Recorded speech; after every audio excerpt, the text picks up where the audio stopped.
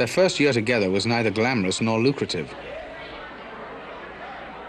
While still schoolboys, they struggled for every chance to play, carrying their equipment on buses, suffering indifferent audiences, rarely getting paid, but dreaming of stardom.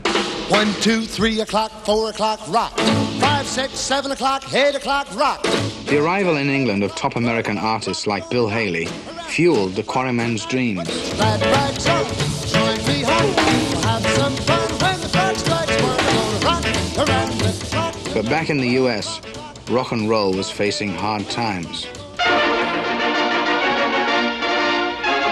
Troop train arrival at Brooklyn, New York Army base of a tank unit from Fort Hood, Texas. Private Elvis Presley makes this a VIP event. Negro performer Chuck Berry was sentenced today to 2 years in the Missouri State Penitentiary following his conviction of violating the Mann Act. This story in from Clear Lake, Iowa. 3 of the nation's top rock and roll singing stars, Richie Valens, J.P. the Big Bopper Richardson, and Buddy Holly, died today with their pilot in the crash of a chartered plane. Their 4-seat, single-engine plane never made it off. Trouble for American rock and roller Jerry Lee Lewis. Lewis raised the ire of fans when it became known that not only was his bride 14 and his cousin, but that he had forgotten to divorce his previous wife of 5 years.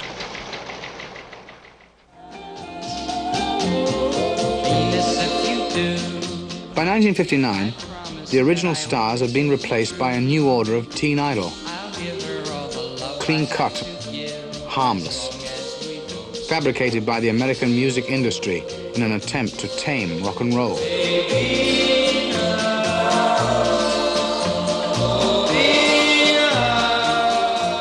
In London, the British music moguls followed suit.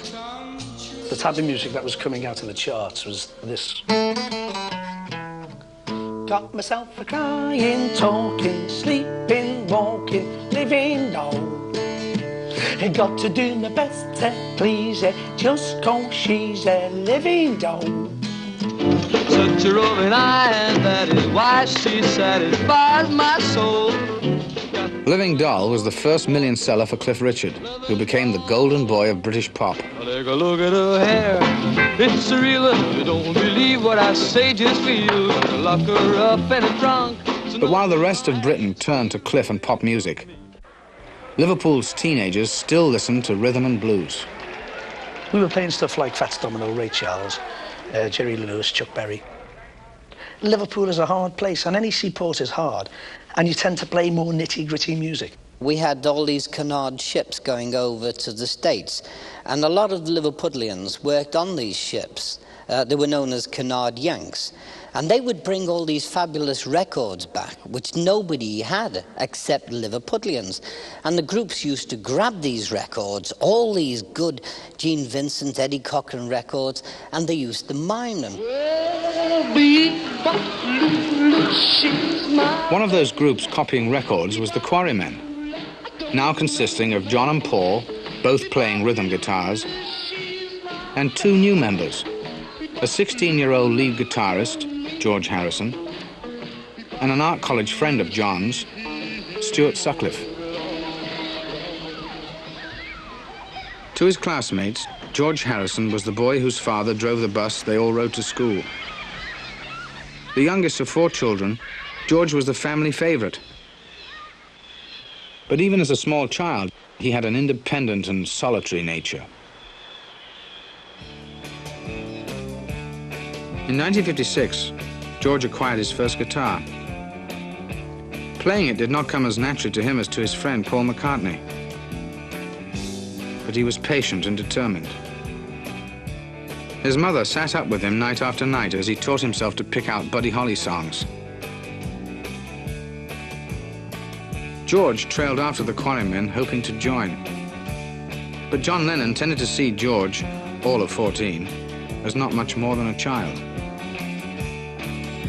He was eventually accepted, not only for his guitar playing, but also because his mother could tolerate their noisy rehearsals. Stuart Sutcliffe, on the other hand, was the most promising artist at the Liverpool Art College. A classmate of John's, he developed an interest in rock and roll as a way of enhancing his bohemian image at school. He couldn't play a note, but was in anyway once he bought a guitar with the money he'd won in a local art exhibition. With the new members came changes in name. First, Johnny and the Moondogs, then the Silver Beatles. Finally, in 1960, the Beatles. But they still couldn't get paying gigs. The first gigs I actually saw them doing were at Liverpool Art College, about 1958. Paul and George were going to Liverpool Institute, and John and Stuart were going to the art college proper. And they didn't have the money to buy equipment, so Stuart and I put forward the proposition that the Students' Union pay for them to get PA equipment. And they began to play at all our dances, and we regarded them as the regular art school band.